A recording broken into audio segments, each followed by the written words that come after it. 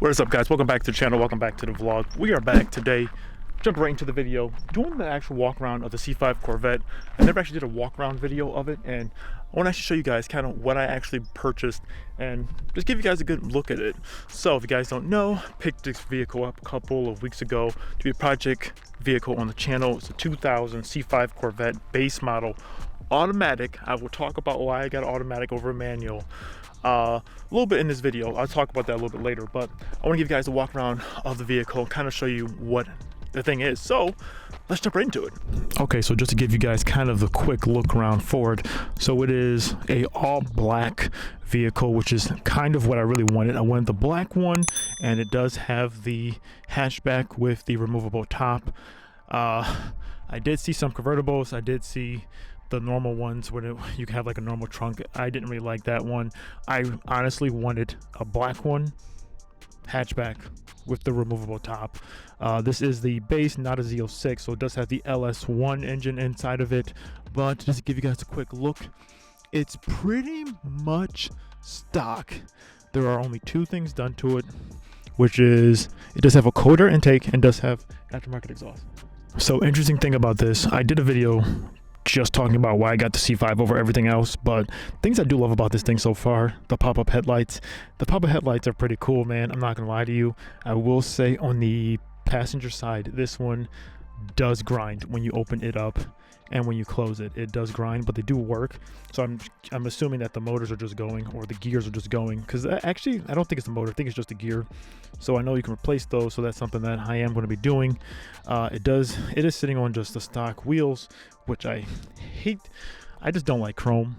I'm not sure what I'm going to do. I am going to be getting aftermarket wheels for this thing, but in the meantime, I might try to plasti dip them black. I know that's going to be ricey. I know that's not necessarily what you should do, but I mean, for content wise, I think it would be kind of cool just to see what you can do. Plasti dip them black. I really want to just have to be all black look. I know people are saying they're over that look, but for me, I personally love it. I love the all black look. So as you can see, this pretty stout.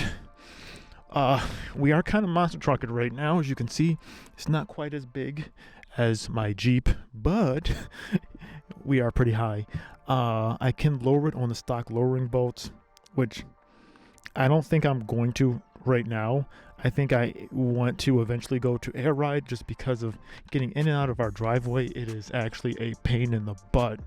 If I were to go any lower than what it is right now, the whole front would just scrape. So I'm kind of leaning towards just leaving it the way it is right now.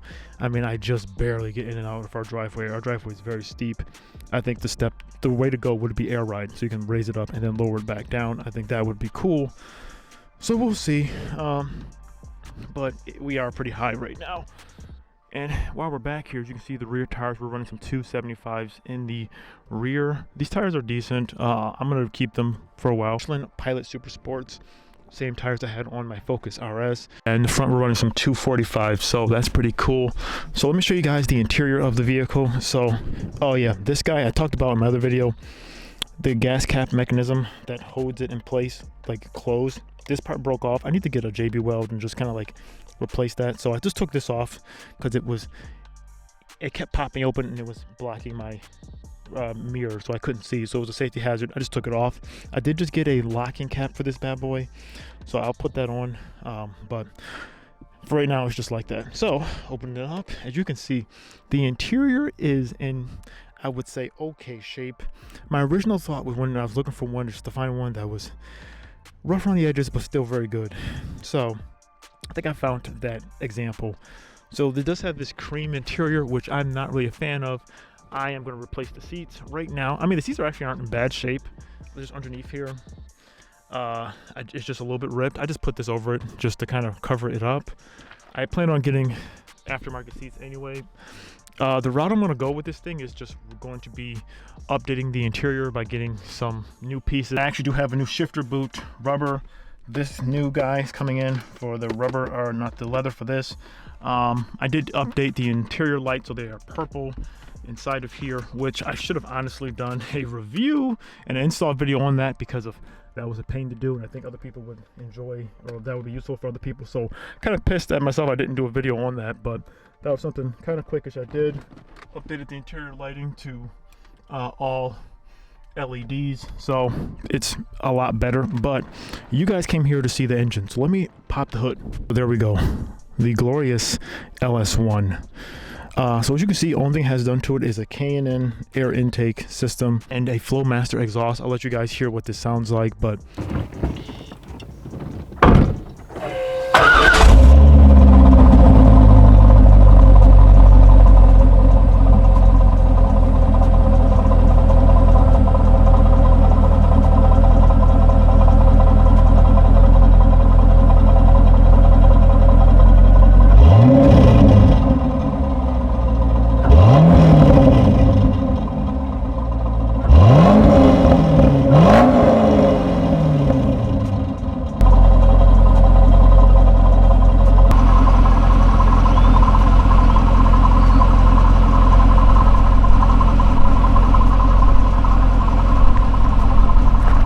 it's a pretty decent system. It's not too loud. I do like the fact that it is actually catted back here. There are mufflers and everything like that. It's just a little bit louder than stock, I would say. I think it sounds pretty good. When we picked the vehicle up and we were driving home, my wife was inside her 2017 Mustang GT and I was following her inside this. She said that she can hear this car over her car, and her car's stock, but I mean, she said that she can hear this car over hers, so it's a decent sound, but it's not too loud. And honestly, on the highway, I think it's fine, especially out here inside California. I'm not trying to get pulled over for aftermarket exhaust, and I think to me, it's like it's decent. Back in my younger age, I would definitely want something louder, like how I had on my Challenger RT when I did the mid muffler delete. That thing was insanely loud, and on my Focus RS, had the AWE track exhaust. That thing was insane. It's decent, but it's not too crazy, and I do like that actually. So as you can see, it's pretty much just stock underneath here. Nothing too crazy.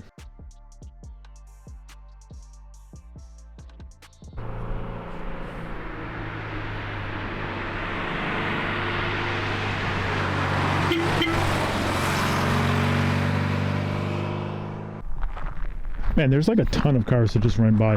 Pretty cool. I love coming out. I just love coming out into the canyons. You always find cool stuff. It's pretty cool. It's like an old. That's pretty sick. Anyways, so just out here having some fun. The vehicle itself, fairly stock. I'm excited to dive into this thing. The whole goal is to be a project vehicle for the channel, eventually turn it into a track vehicle. But I think the stage what I'm going to do first is just do restoring stuff, make sure everything's up and running and like just inside tip top shape pretty much. It has been driving well. There was a slight battery drain issue, which I did a video on. You can see that link down below. So that was like the biggest issue I had to sort out. Everything else though, the vehicle's been great. Doesn't burn up any oil, doesn't leak any oil. Fluids are pretty good. Drives well, shifts well, everything like that. It is honestly, like it's what I wanted. Mechanically, it's in good shape. The body is in great shape. It's not beat up or anything like that. Interior wise, it's definitely worn. It has I think like 102,000 miles, something like that. Definitely gonna go up. So that's what it kind of looks like. I do plan on actually going on a road trip with this thing kind of soon-ish, so I want to make sure that the vehicle is inside a real good tip-top shape. This is my first like real rundown out inside the canyons, just kind of taking it out, going for a drive and making sure that the vehicle is good and everything like that. So this is like my real test. I want to say, granted, we did, you know, obviously when we drove it home, we were like 2 hours away, so I drove it home 2 hours, but I plan on going on a much longer road trip in the coming weeks. So I want to make sure everything's good with that, and just kind of make it a nice, for a little bit, just a nice kind of a cool daily, I'll see. And then from there, we're going to build it up from there. And the goal is to go compete and then get some time underneath my belt inside this vehicle. And then kind of like progressively, as I, you know, grow in my skills, I can progressively build up the car more and more and more. Honestly, I like it kind of right now NA. I think eventually the goal will probably be just honestly just doing a supercharger on it. I think that's probably going to be the end goal. We will see that down the line, but I think the goals right now, restore it, make the interior better for sure. Get this thing up and running, 100% tip-top shape. Probably do suspension and all new basically handling mods, sway bars, everything like that, and just get it up and running and kind of make it look a little bit better too. So yeah, so that's kind of the goals of the vehicle. The vehicle is a pretty straightforward C5 Corvette. Honestly, I love it. I think it looks great and I'm having a blast with it. But if you guys want, check out this video over here. This is going to be the video when I was explaining why I bought this C5 Corvette over everything else. Check that video out. See you on the next one. Goodbye.